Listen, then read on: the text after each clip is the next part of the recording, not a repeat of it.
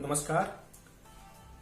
आज बात करते हैं संगीत की और संगीत किस प्रकार से किसी बच्चे की सीखने की क्रिया को या किसी अध्यापक के सिखाने की जो एक प्रक्रिया है उसको कैसे ज्यादा इफेक्टिव और प्रभावी बना सकता है, इस पर बात करते हैं।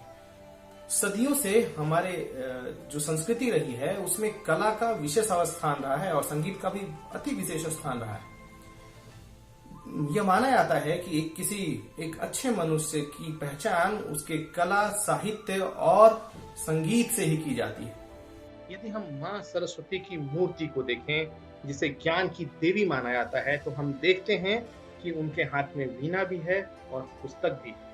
यानी कि हमारी संस्कृति में कभी कला को ज्ञान से तो अलग माना ही नहीं गया। जिस संस्कृति में कला ज्ञान के इतने करीब थी, उसी संस्कृति में वहां के विद्यालय ज्ञान को कला से अलग करते चले गए और पता ही नहीं चला कि कला कब और कैसे विद्यालयों से और सीखने सिखाने के माध्यम से दूर और विलुप्त होती चली गई। भिन्न भिन्न कलाओं से ज्ञान का प्रदर्शन ही सीखने का प्रतिमान होना चाहिए, किंतु कब ये प्रतिमान गायब होकर के शिक्षक के प्रतीक के रूप में डिग्रियां या उससे संबंधित ग्रेडिंग या मास्टर जी की छड़ी ने ले ली, ये पता ही नहीं चला। तो यह आवश्यक है कि संगीत या कला हमारे विद्यालयों में सीखने सिखाने के माध्यम के रूप में जुड़ के रहे, एक स्ट्रेटजी के रूप में शामिल हो जाए। तो संगीत के बारे में ज्यादा बताने के लिए मेरे साथ जुड़ी हैं विनीता जी। वो बताएंगी संगीत की महत्ता के बारे में। नमस्कार दोस्तों, हमारे देश में कोई भी पर्व हो, त्योहार हो, हमारे यहाँ कोई भी ओकेजन हो, चाहे शादी, ब्याह, जन्मदिन, बिना संगीत एवं नृत्य के हम उसे सेलिब्रेट करने के बारे में सोच भी नहीं सकते। संगीत की भाषा तो एक छोटा सा बच्चा भी समझ सकता है। आपने गौर किया होगा, जब माँ बच्चे को लोरी गाकर सुनाती है तो बच्चा मंत्रमुग्ध होकर सो जाता है। यही जादू है संगीत का। प्रकृति में हर ओर संगीत है, चाहे चिड़ियों की चहचहाहट हो या नदियों की कलकलाहट, हर तरफ मधुर धुनें हैं। सीखने सिखाने के सभी प्रविधियों में तथा शिक्षण शास्त्र के पद्धतियों में आवश्यक रूप से संगीत सहित सभी कलाओं को स्थान दिया जाना चाहिए। संगीत, नृत्य जैसी कला सीखने में समग्र प्रतिभाग जरूरी है। कहने का तात्पर्य, कुछ सीमित वर्ग समूह जो प्राकृतिक तौर पर अच्छा गाते, बजाते या नृत्य करते हों, ये सिर्फ उन्हीं तक केंद्रित न होकर जिनका कलात्मक पक्ष इतना प्रखर नहीं है, उन पर भी समान फोकस होना चाहिए। कला का संबंध विभिन्न प्रकार की अनुभूतियों से है, जिसे एक शब्द में वर्णित किया जाए तो कहेंगे रस। रस को हम आनंद के तौर पर भी समझ सकते हैं। मानवीय भावनाओं को 9 भागों में विभाजित किया गया है, जिसे नवरस कहते हैं। पहला हास्य, दूसरा भयानक, तीसरा रुद्र, चौथा करुण, पांचवा वीर, छठा अद्भुत, सातवां विभत्स, आठवां शांत, नवां श्रृंगार।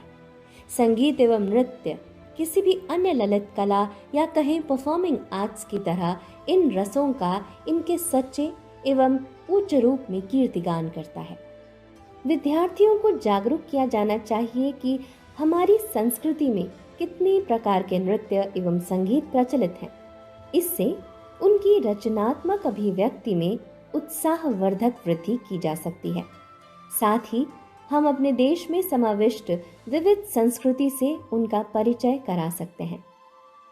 संगीत को समझने के लिए उसके 3 पक्षों को समझना बेहद जरूरी है: अनुभवात्मक पक्ष, प्रतिक्रियात्मक पक्ष एवं प्रशंसात्मक पक्ष। एक्सपीरियंसिंग, रिस्पॉन्डिंग एवं अप्रिशिएटिंग। संगीत एवं नृत्य शिक्षण प्रक्रियाओं में 2 प्रकार के अनुभव होते हैं: अप्रत्यक्ष अनुभव एवं प्रत्यक्ष अनुभव। संगीत नृत्य विधा को समझने के लिए कुछ बुनियादी कौशलों की जरूरत होती है, जैसे अभिव्यक्ति, श्रवण कला, अवलोकन, अन्वेषण। ये सारी वो बुनियादी कौशलें हैं जो संगीत नृत्य समझने के लिए जरूरी हैं। परफॉर्मिंग आर्ट के अंतर्गत बात करें संगीत की, तो इसके ऐसे फायदे भी होते हैं जिनका विचार तुरंत हमें नहीं आता है। जैसे कि संगीत से कंसंट्रेशन पावर बहुत बढ़ जाती है, जिससे याद करने की क्षमता, सीखने की क्षमता तीव्र हो जाती है। भाषा, संवाद, उच्चारण स्पष्ट होता है, मोटर स्किल डेवलप होती है। शिक्षण के शुरुआती दौर में गाकर अल्फाबेट्स सिखाए जाते हैं। इस तरह बच्चे जल्दी सीख जाते हैं। सामाजिक कौशल और संवेदात्मक व्यवहार सीखने में भी संगीत मदद करता है। छात्रों में संगीत नृत्य के प्रति उत्साह बढ़ाने के लिए कुछ योजनाएं और उन्हें लागू करने के तरीके होने चाहिए। संगीत सामाजिक विज्ञान और विज्ञान दोनों ही क्षेत्रों के विषय वस्तु की समझ बनाने में उपयोगी हो सकते हैं। क्या आप घूर्णन गति को जानते समय, प्रकाश के तरंगों को समझते समय क्या संगीत को नहीं महसूस करते हैं? क्या नहीं लगता कि संगीत की समझ इन सब चीजों को, इन सभी विषय वस्तु की समझ को बेहतर कर सकता है? संगीत ध्वनि से बना है और ध्वनि एक ऊर्जा का स्रोत है और इस ऊर्जा को समझने, जानने और उपयोग करने की जरूरत है। कार्यक्रम की शैली समझकर विभिन्न आर्ट फॉर्म को चुना जा सकता है। प्रस्तुतिकरण के लिए उचित सामग्री हो, अर्थात कार्यक्रम के उद्देश्य को ध्यान में रखा जाए, आर्थिक सीमाओं को ध्यान में रखा जाए, टाइम शेड्यूल को ध्यान में रखकर कला का प्रदर्शन कैसे किया जाता है, ये सिखाया जाए। साथ ही इस बात पर भी विशेष जोर दिया जाना चाहिए कि इसमें सभी का प्रतिभाग हो, तभी समग्र रूप से संगीत कला एवं नृत्य कला जैसे विधा की तरफ रुझान बढ़ाया जा सकता है और कॉन्फिडेंस बिल्ड किया जा सकता है। संगीत एक तरह की पूजा है, आराधना है, मेडिटेशन है। संगीत की लय उच्च संज्ञानात्मक समझ बढ़ाने में मदद करता है। आशा है उचित शिक्षण पद्धति द्वारा संगीत नृत्य कलाओं को विद्यार्थियों में और पुष्पित पल्लवित किया जाएगा। संगीत या कला सीखने के लिए आवश्यक नहीं है, बल्कि जीने के लिए आवश्यक है। इसलिए जरूरी है कि आप इन चीजों का समागम अपनी कक्षाओं में करें। आप शायद वंचित रहे हों या मैं भी वंचित रहा हूं, लेकिन अब किसी भी बच्चे को इससे वंचित नहीं होने देना है। अब जो भावी शिक्षक हमारे विद्यालयों में जाएंगे, इन चीजों को प्रभावी ढंग से रखें, इस आशा के साथ विदा लेता हूं।